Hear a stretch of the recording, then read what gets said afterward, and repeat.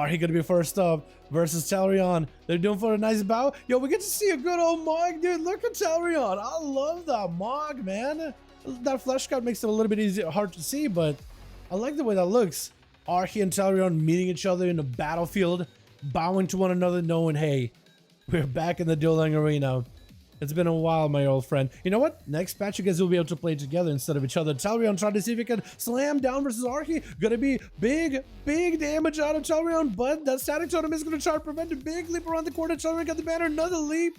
Got himself the Leaper Legendary, trying to see if he can reconnect with Arhi. It looks like he's given up. He's like, you know what? I'm just gonna work down some of my damage into this Earth Elemental, deny Arhi the bolstered health increase with this Earth Elemental's Fortitude buff, and the Elemental goes crashing down into the ground with Dalaran. Trying to see if he can Bladestorm past the static totem, avoiding it completely, leaping away as Arhi gets up close of his own, has Reflect in case Arhi wants to hit him with a Frost Shock, and Arhi is going to be a little bit more careful than that. But Mortal getting set up, Dalaran activating the Aegis String can protect himself against a portion of the magic damage. You can really see that the shield for Aegis is so much smaller than before and gets burned through very quickly, but Dalaran had himself a nice bit of defense there. Arhi trying to see if he can clobber him down, slamming down his axes against Dalaran. Dalaran slamming. Yo, it's actually perfect. Alliance of the Horde, axes and swords. I feel like it's just so like iconic. Big alley buzz by Arhi, but Dalaran got himself some cooldowns back up and running. This man. Actually, no, momentary cooldowns from the tier set. Arhi is actually under quite a bit of pressure from the Fury Warrior as he's able to rampage continuously back-to-back towards Arhi, putting on a grievous wound on him where he's unable to really heal right through it. That's Dalaran trying to keep the chase. That's going to be static totem to separate the two. Dalaran turning the attention on totem immediately is going to get himself a quick flash scout. Shadow throw used by Dalaran, trying to see if he can bust through the shield of Arhi. Blast through it immediately. That's going to be the momentary reckless abandon. Arhi finds himself at about half his health. Reflect off for Arhi. Oh, Arhi actually zapped himself with a lightning bolt. That's not a great situation for him at all. Dalaran looking to get some more damage in. Arhi dropping down. I don't even know what. I think a Wind Fury totem. Trying to see if he can slow down Dalaran. Big zap. Dalaran is still hanging in. He's still struggling, but it was kind of low on health. Wait, maybe Dalaran could potentially ramp up even more damage versus Arhi. Arhi is finding himself kind of low on health. Could be in an execute range. That's how we'll back up. Banners up for Dalaran. At least he's immune to most of the slows. That's going to be Reflect. Oh, I think Arhi might have sank in a lightning bolt as Reflect went up. I could have been wrong though, but I think that might have been what happened. Bullock going to be up next. It's going to be playing out versus Dalaran. That's a full destruction Warlock with that tier set versus Dalaran, who just had a 5-minute duel versus Arhi. Gonna be another UA getting set up as Boa, trying to see if he gets some damage in. Dalaran leaping on top of him with a full Reckless Abandon. Gonna be a full Malefic Rapture spam as Boa does empower all those dots. And I think he's trying to Malefic Rapture to play into tier set. That's gonna be lots of damage to Boa. Then Dalaran got himself big defensiveness with the Aegis Stricken. Looks like he's gonna go for CC versus Boa. Or Reflect rather. Boa finds himself extremely low on health. Does this man have any mobility at all? Trying to see if he can maybe do something to Dalaran, but I think it might be over. Boa at the health whatsoever. Forts at the last second. Dalaran looking to leap right after him. Does he catch back up? Trying to see if he can Bladestorm over. That's going to be a big old banner down for Dalaran with a Dark Layer as Boa trying to get himself a bit of that shielding, but it only does so much. Dalaran smiting down the succubus, making sure there's no way that Seduce can go through. Boa finds himself. Oh my goodness, that execute. I didn't know he would. I think it would have needed at least one more global, but apparently that's all he needed is just that last one. That's going to be Kotachi up next. Got himself double tap. Potentially got himself a big old double tap rapid fire. Does get rapid fire. Dalaran. Oh my goodness. This man played as hard as he could.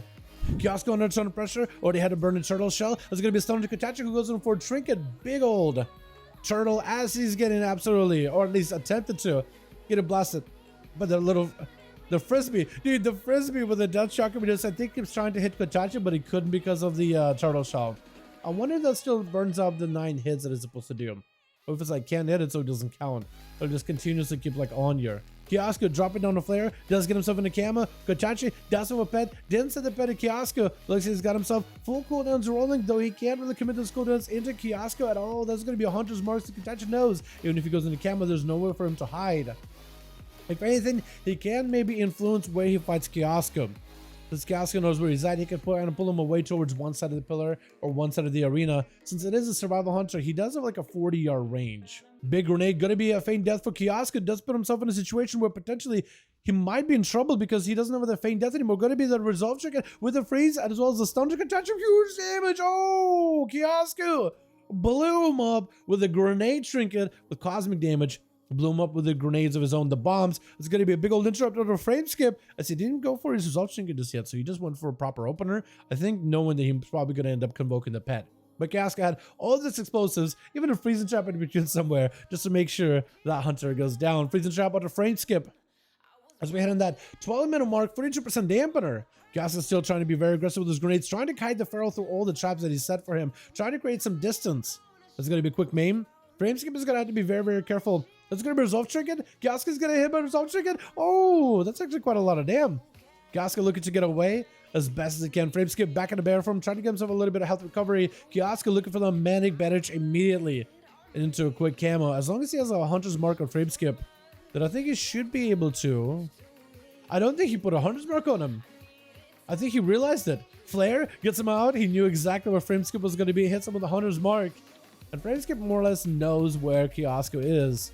At least he's heading in that direction. Should be able to see the pet around the corner. That's going to be a charge trap. Breakthrough trying to see if he can power shift just to give himself a little bit of movement speed. And should be able to catch up. Kiosku gets him with a stun. That's going to be maybe Resolve Trinket for frame skip just to make sure he's unccessable during his burst. Might have to make some kind of play here. Going to be convoked, get interrupted. Oh, I think he just would decide, you know what, maybe I need to play very aggressive. When you're playing that Resolve Trinket, it's a trinket you want to pre-use. You want to use before you get into PvP, before you get into some combat, because it will give you charges.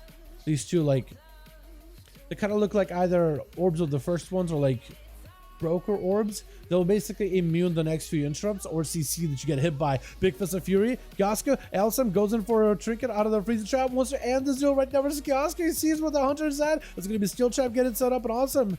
Unless he got himself any more mobility.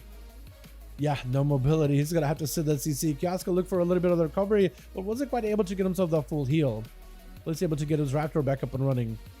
But with the Resolve Trinket, you kind of want to use it before you get into PvP. It'll give you immunity to CC and interrupts for 2 of them, which is practically like full interrupt immunity, especially in a 1v1 situation, because it's really, really difficult to like have 3 back-to-back CC like that. Maybe like a rogue, go for like a Shadowlands cheap shot blind, or cheap shot. Maybe gonna be a full death chakra. Also gonna be in trouble. Oh, wait a second. Oh, Kiosku blew his boys up. Well, I'm trying to explain the Resolve Trinket. Well, was that Resolve Trinket? You want to use it before you get into combat. Gonna be 3 kills for Kiosku, 2 for Dalaran, 1.4 million healing. This man is just monstrous. Let's go, boys. Inside the Deflection Warlock lost to a warrior. Yeah, Boo did say he had Roaring Conduits too. I think Boo was mostly a Destro main. I mean, I'm in situations all the time. I get into like key. I'm like, all right, let's play sub. And I'm like, oh, okay. I'm playing a conduit and it's full setup directly for alpha for PvP. Got it.